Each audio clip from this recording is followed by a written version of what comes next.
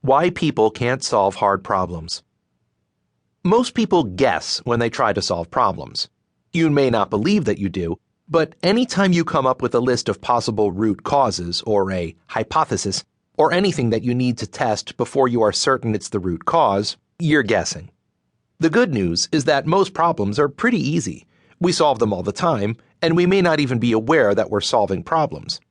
Humanity got to 7 billion people by solving most of the problems it ran into, some of them hard, many of them easy. Conventional, guess-based approaches will work fine for these easy problems, but they'll run into trouble with hard ones. Here's where most folks go wrong. Often, people use the same guessing methods they apply to easy problems to try to tackle hard ones, and they get steamrolled.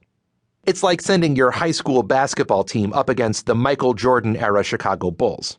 It's just not going to work, and you're going to have to take your game to the next level if you want to solve them.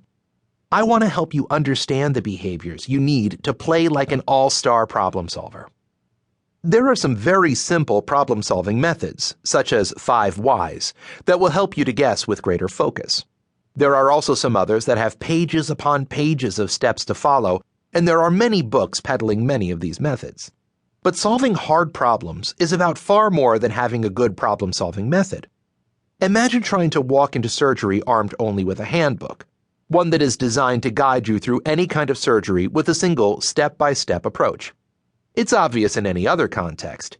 You need to know how to use your brain and make decisions in the field in order to be successful at surgery. Likewise, when solving hard problems, you need to learn how to draw on the right behaviors in the right circumstances. And I have found that most people are never taught about great problem-solving behaviors before they're expected to solve hard problems. It's really no mystery why people struggle so much with it. With the right skills and behaviors, we can solve hard personal problems such as chronic illnesses, bad habits, and stubborn extra weight. We can solve technical problems at home and at work, from glitches in your car to outages at massive refineries. As a society, we can solve global systemic problems, such as many diseases, economic risks, violence, and environmental contamination. Our lives and the world can become a much better place. Without a doubt, many of the hardest problems facing the world require more than just a few smart folks to understand the root cause behind what's solving them. Some will require great scientific innovations or discoveries. Some will require the mustering of significant resources. I have been solving hard problems for a long time and still shrug my shoulders whenever somebody asks me how to create peace in the Middle East.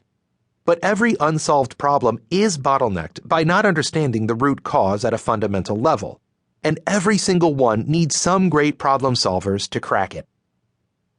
To become a great problem solver, you'll need to practice these behaviors on easier problems, using a structured method to guide you and, ideally, a coach to provide feedback and a sounding board.